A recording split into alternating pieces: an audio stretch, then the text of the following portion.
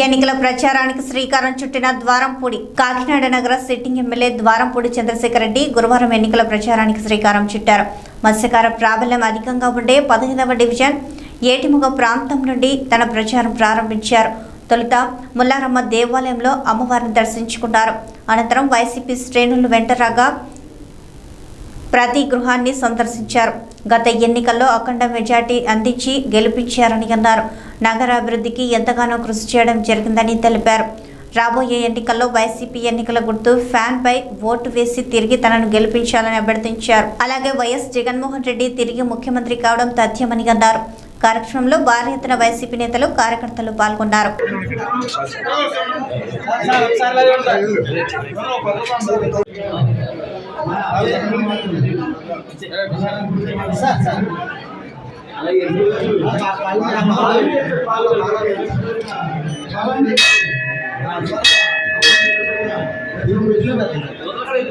ఈరోజు 14-15 డివిజన్లో ఏడుమగ ప్రాంతంలో ఎన్నికల ప్రచారం ప్రారంభించడం జరిగింది.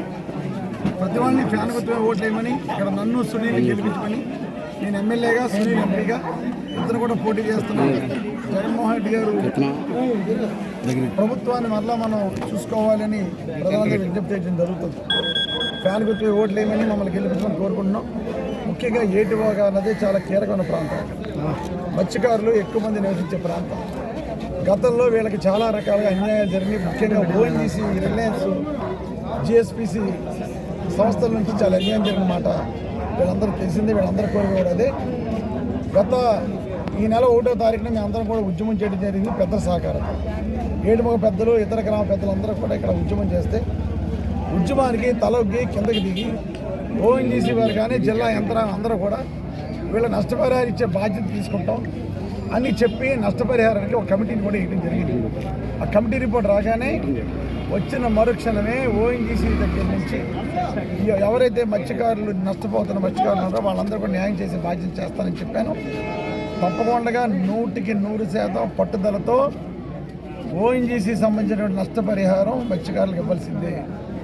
ఇవ్వని పక్షంలో కాకినాడ నుంచి ఏ విధమైన కార్యకలాపాలు జరగవని ఈ సందర్భం వాళ్ళకి గతంలో చెప్పాం, అప్పుడు చెప్తున్నాం.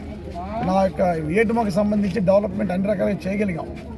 రోడ్లు కానీ, డ్రైన్లు కానీ, పార్క్ కానీ, వీళ్ళకి కావాల్సిన కమ్యూనిటీ హాల్స్ కానీ ఏది అడిగితే ప్రజలు అది చేయగలిగాం. వీళ్ళకి అంతా పూర్తిగా కావాల్సింది ఏంటంటే నష్టపరిహార డబ్బు. ఆ నష్టపరిహార డబ్బుల్ని ఓఎన్జీసీ ద్వారా తప్పకుండా తీసుకొస్తామని చెప్తున్నాం. ఈరోజు నిన్ననే పెద్దలందరూ కలిసి మత్స్యకార గ్రామాల డెవలప్మెంట్ కోసం సిఎస్ఆర్ ఫండ్స్ ఈ రోజుకు ఇన్ని సంవత్సరాల నుంచి రిలయన్స్ ఉంటున్నా ₹1 ఖర్చు పెట్టలేదు. దానికోసం కూడా మేము అడగడం జరిగింది. నిన్ననే పెద్దలందరూ వెళ్ళి సిఎస్ఆర్ నిధులు ఏ పనులు కావాలని చెప్పారు. దాని మీద ఆల్రెడీ చర్యలు ప్రారంభించడం జరిగింది. కనుక ఒక 20-30 కోట్ల రూపాయలు ఉప్పాడ నుంచి ఉప్పలంక వరకు ఉన్నటువంటి గ్రామాలు, మత్స్యకార గ్రామాలందరికీ కూడా సిఎస్ఆర్ నిధులకు తీసుకురావాలని పట్టుదలుతున్నాం. ఏదైనప్పటికీ కూడా ఖచ్చితంగా చెప్తున్నాను, మాటిస్తున్నాను. మత్స్యకార కుటుంబాలు ఎవరైతే ఓఎన్జీసీ ద్వారా నష్టపోతున్న కుటుంబాలు ఉన్నాయో ఆ కుటుంబాలకి న్యాయం చేసే వరకు పోరాడతానని, వాళ్ళతో ఉంటానని సందర్భంగా